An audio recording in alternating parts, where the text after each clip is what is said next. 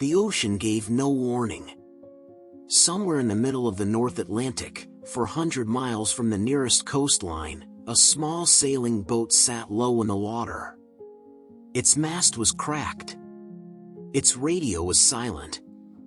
And the two people aboard, clinging to each other in the darkness, could see the distant wall of a second storm moving toward them like a curtain being drawn across the sky. Margaret had stopped checking the GPS 20 hours ago. Not because she had given up, but because the device had stopped working. Her husband David sat at the stern, using a plastic cup to bail water from the cockpit floor, one scoop at a time, in the kind of quiet, methodical motion that told her he was afraid but refusing to show it. They had been drifting for 31 hours. By the time the sun rose the next morning, they would face a decision that could either save their lives, or end them both. David and Margaret Calloway had been married for 22 years. He was 54, a retired civil engineer from Halifax, Nova Scotia. She was 51, a former schoolteacher who had spent her career teaching geography to children who had never seen the ocean. There was a certain irony in that, they often joked, because she had fallen deeply in love with the sea the first time David had taken her sailing, a weekend trip along the Nova Scotia coastline, 10 years into their marriage. After that, there was no looking back. They had spent 3 years preparing for the crossing. Not a reckless adventure, but a carefully planned voyage. David had completed an offshore sailing certification. Margaret had taken a marine first aid course. They had purchased a 42-foot sloop, a sturdy, blue-hulled boat they named Second Chapter. Because that is exactly what it was for them. Their children were grown. Their careers were finished. And the Atlantic Ocean was waiting. They departed from the Canary Islands on a Thursday morning in late September, bound for Barbados. The route was a classic one, a passage that sailors had followed for centuries, carried along by the steady trade winds of the North Atlantic. The first 4 days were, by their own accounts, the most beautiful of their lives. Warm air, a consistent breeze, dolphins playing at the bow, evenings spent reading in the cockpit under skies so full of stars it felt almost theatrical. Neither of them spoke much about what could go wrong. They had planned carefully. They had the equipment. They had each other. The Atlantic, in those first quiet days, seemed almost cooperative. It was on the 5th night that everything changed. The collision happened without a sound they could prepare for. At 2:17 in the morning, while David slept below and Margaret kept watch in the cockpit, the hull of Second Chapter struck a submerged shipping container. These lost containers are a well-documented hazard in the Atlantic. Cargo that falls from commercial vessels during rough seas, sits just below the surface, completely invisible, drifting with the current. There are thousands of them out there at any given time. The impact threw Margaret off the seat and into the cockpit railing. The sound was not an explosion. It was a deep, hollow thud, the kind of sound that travels through the entire structure of a boat and settles in your chest. David was awake before he was fully conscious, moving up the companionway steps in seconds. The damage was not immediately catastrophic, but it was serious. The collision had cracked the lower section of the keel, opened a small but persistent seam along the port hull, and, most critically, the impact had snapped the antenna connection for their primary VHF radio. They still had a handheld emergency beacon, a personal locator beacon known as a PLB, but activating it would tell the world they were in distress. They were not yet certain they were. By dawn, that certainty had changed. The leak was slow but steady. The wind, which had been behind them, had shifted and dropped to almost nothing. The engine, when David tried to start it, turned over twice and went quiet. A fuel line, already stressed by age, had cracked in the collision and drained the forward tank into the bilge overnight. They had reserves, but running the engine continuously to make headway against a contrary swell would exhaust them within hours. They were 412 miles from the nearest island.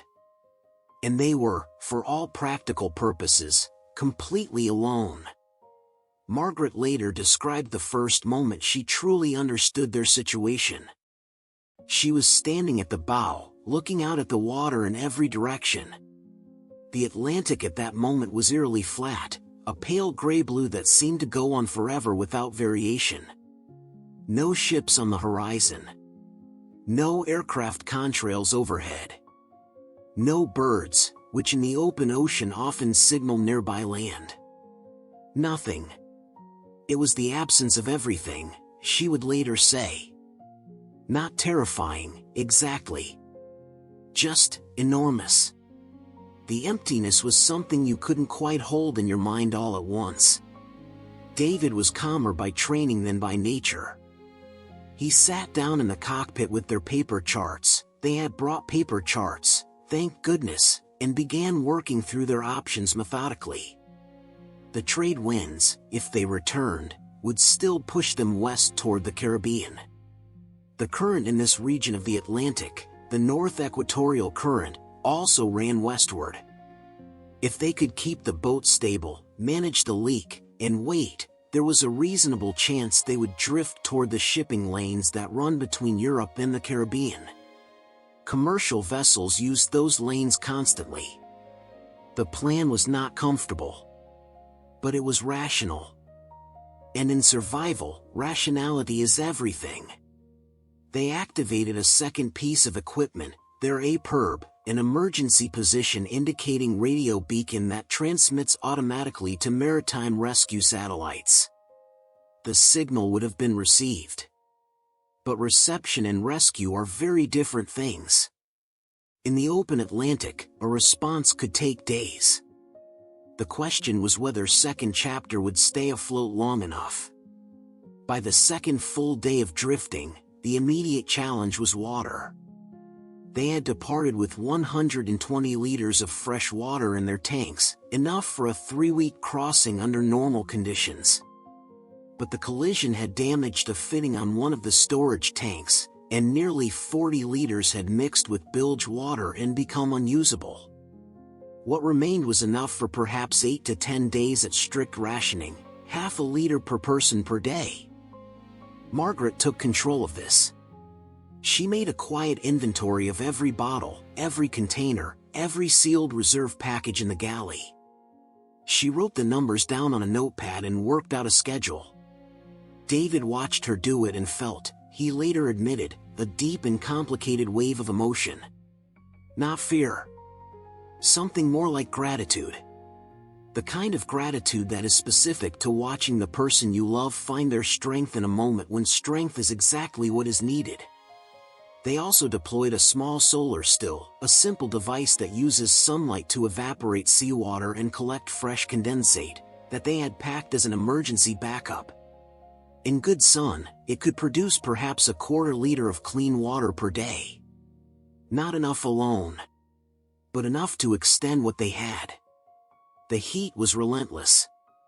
On the third day, the sun came out hard and merciless, and without the ability to motor away from it, they spent hours sheltering under the boom tent they had rigged over the cockpit. Margaret's lips cracked. David developed a painful sunburn across the back of his neck that made sleeping on his back impossible. They moved slowly, conserving energy, speaking less than they normally would. What they did not do, and this, the people who later interviewed them said, was perhaps the most significant thing, was panic. But the mind has its own kind of weather. On the fourth night, somewhere around 3 a.m, David woke to find Margaret sitting on the cockpit floor with her knees pulled to her chest, crying quietly. Not the kind of crying that asks for something. The kind that simply releases what can no longer be held. He sat beside her and did not speak for a while. The stars were extraordinary. The ocean moved gently beneath them. And in that moment, far from land, far from everything familiar, they had one of the most honest conversations of their marriage. About fear. About regret. About whether they had been foolish. About their children, and what those children would feel if the worst happened. "I keep thinking about Claire's face," Margaret said. "Their youngest daughter." "I know," David said. "I don't want her to have to grieve us." "Then we won't let her," he said. "Not with confidence, exactly. But with intention. And sometimes intention is enough to carry you through the night." By morning, the wind had returned. Only 8 knots, barely enough to fill the sails properly, but they set the headsail and let the current work with it, and second chapter began to move again, slowly and deliberately westward. What they had not anticipated was the shark. On the afternoon of the 5th day, a large oceanic white tip appeared alongside the boat. These are deep-water sharks, wide-ranging, opportunistic. It was perhaps 2.5 meters long. It did not attack. But it did not leave either. For nearly 6 hours, it circled the boat with the patient, unhurried motion of something that understands it does not need to hurry. Margaret saw it first and said nothing for a full minute, watching it. Then she called David up from below and they both stood at the rail watching in silence. "It's just curious," David said, though his voice was careful. "I know," Margaret said. "But I'd rather it be curious about something else." The shark's presence changed the atmosphere on the boat in ways that were difficult to describe. It was a reminder that they were not in their world. They were guests here, temporary, vulnerable, dependent on the ocean's tolerance. They became very careful about leaning over the rail. They stopped trailing a fishing line they had deployed hoping to supplement their food. They moved quietly. The shark left sometime during the night. They did not see it go. The following morning brought the second storm. It was not as violent as the one they had feared on the first night. But for a damaged boat with a cracked mast and a slow leak in the hull, it did not need to be violent to be dangerous. The wind built to 35 knots over the course of 2 hours. The sea state rose with it, waves of 4 and 5 meters, steep and close together in the way that open ocean storms produce.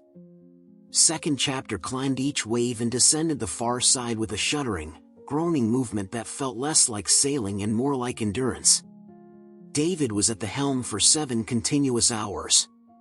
He did not ask Margaret to take over because in the worst of the conditions she was needed below, working the bilge pump by hand. The electric pump had failed on the 3rd day, and monitoring the seam in the hull, pressing a temporary epoxy patch over it that they had to reapply every few hours as the flexing of the hull worked against it.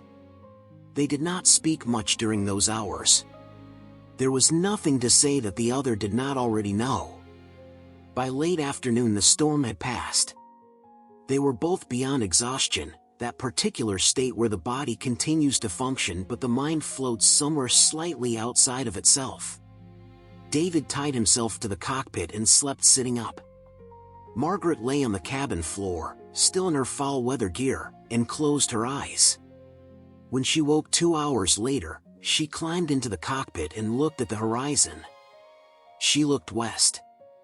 Then south. Then north. Then she looked again to the south. There was something there. It was a container ship. A large one. She could see the bulk of it against the late afternoon sky, moving eastward across their path, perhaps 5 miles away. In open ocean terms, 5 miles is both close and very far. Close enough to see.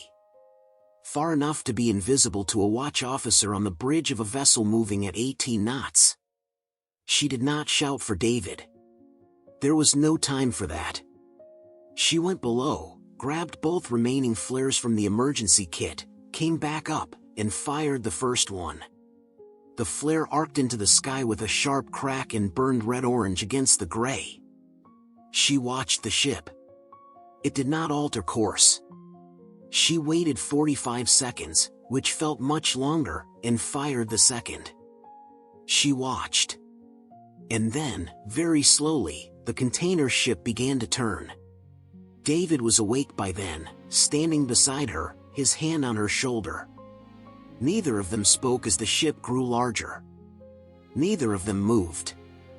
They stood together on the deck of their damaged, drifting boat and watched the most beautiful thing either of them had ever seen, a vessel coming toward them with purpose, with intention, with people aboard who did not yet know their names but were coming anyway.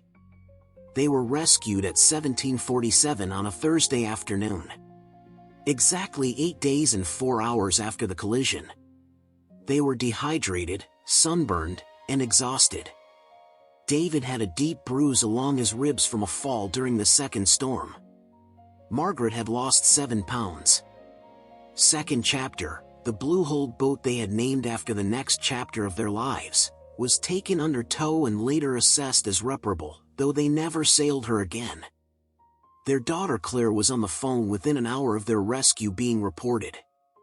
She cried. They both cried. The ship's cook brought them soup and bread, and they sat in the galley of a Ukrainian container vessel and ate in silence for a long time. In the months that followed, both David and Margaret gave accounts of those 8 days that were remarkably consistent in one detail. When asked what had kept them going, what had made the difference, neither of them pointed to the equipment, or the training, or the plan. They both said the same thing. "We just refused to stop," Margaret said. "There was never a moment where we looked at each other and agreed to give up. And as long as we didn't agree, it wasn't over." Out there in the endless Atlantic, 2 ordinary people discovered something that cannot be packed into an emergency kit or learned in a classroom. They discovered that love, in its quietest and most practical form, is a survival tool. That choosing, each morning, to keep going, for yourself and for the person beside you, is an act of extraordinary courage. The ocean tested everything they had.